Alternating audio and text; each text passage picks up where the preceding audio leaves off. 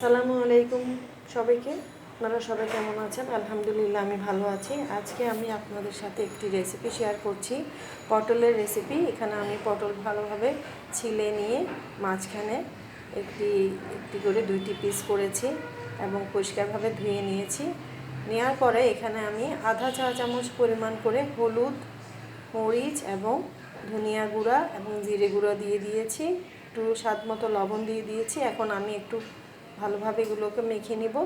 মাখিয়ে আমি কিছুক্ষণ রাখবো, মানে ম্যারিনেট করে রাখবো ঠিক 5 মিনিটের মতো। দেখতে থাকুন আমার এই ভিডিওটি। এদিকে আমি চুলায় তেল বসিয়ে দিয়েছি, একটি ফ্রাই প্যানে তেল গরম হচ্ছে দেখতেই পাচ্ছেন। এরপর আমি এখানে একটু রসুন, আদা এবং পেঁয়াজ পেস্ট করে দিচ্ছি, দেখতেই পাচ্ছেন। খুবই সামান্য পরিমাণে এগুলো আমি একসাথে মাখিয়ে কিছুক্ষণ রেখে দিচ্ছি। ফাইনালি তেল গরম হয়ে গিয়েছে।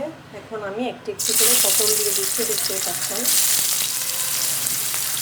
এভাবে আমি সবগুলো পটল এভাবে দিয়ে দিব। আর একটি কথা আপনাদের সাথে শেয়ার করছি, আমার এই ভিডিওগুলো যদি আপনাদের ভালো লেগে থাকে অবশ্যই আমার চ্যানেলটিকে সাবস্ক্রাইব করে আমার পাশে থাকবেন, লাইক কমেন্ট শেয়ার করে দেবেন। দেখতে থাকুন আমার এই ভিডিওটি। পটল আমি এভাবে দিয়ে দিয়েছি, দেখতেই পাচ্ছেন। আসলে একটু অন্যরকম খেলে ভালোই লাগে। সবজিকে অন্যরকম করে রান্না করলে, সবসময় তো চিংড়ি মাছ দিয়ে বা চিংড়ি শুটকি দিয়ে রান্না করি বা কোনো মাছের সাথে, একটু এভাবে আপনারাও বাসায় ট্রাই করবেন। এরপর আমি এখানে যখন একটু পোড়া পোড়া হয়ে যাবে, আমি একটি ডিম ফেটিয়ে এখানে মিশিয়ে দেবো, দেখতে থাকুন।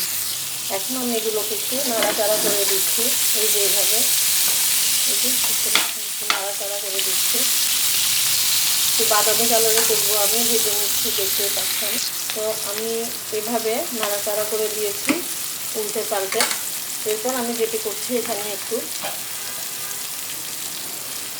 না একটু বেশি করে দিচ্ছি পেঁয়াজ কুচি এবং রসুন কুচি দিয়ে দিচ্ছি। তো বেশ কয়েকটা আমি কাঁচামরিচ দিয়ে দিয়েছি, আপনারা আপনাদের স্বাদ মতো দিবেন। এখানে আমি একটু ডিম ফেটিয়ে নিচ্ছি।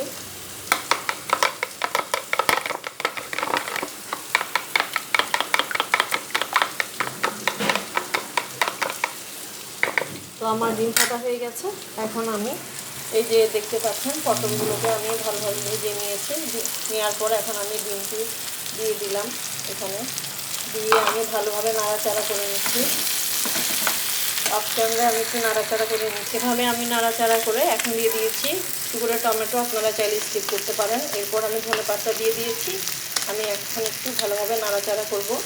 আর যারা ছোটো বাচ্চা নিয়ে সংসারে নতুন বউ যারা আছেন, নতুন বিয়ে হয়েছে, তাদের জন্য এই রেসিপিটি একেবারে একটি সহজ রেসিপি। আপনারা বাসায় অবশ্যই ট্রাই করবেন আর আমার জন্য দোয়া করবেন। তো আমার পটল ভাজি হয়ে গেছে। একটি ভিন্ন ধর্মী রান্না আমি আপনাদের সাথে শেয়ার করেছি। সবাই খুব ভালো থাকবেন।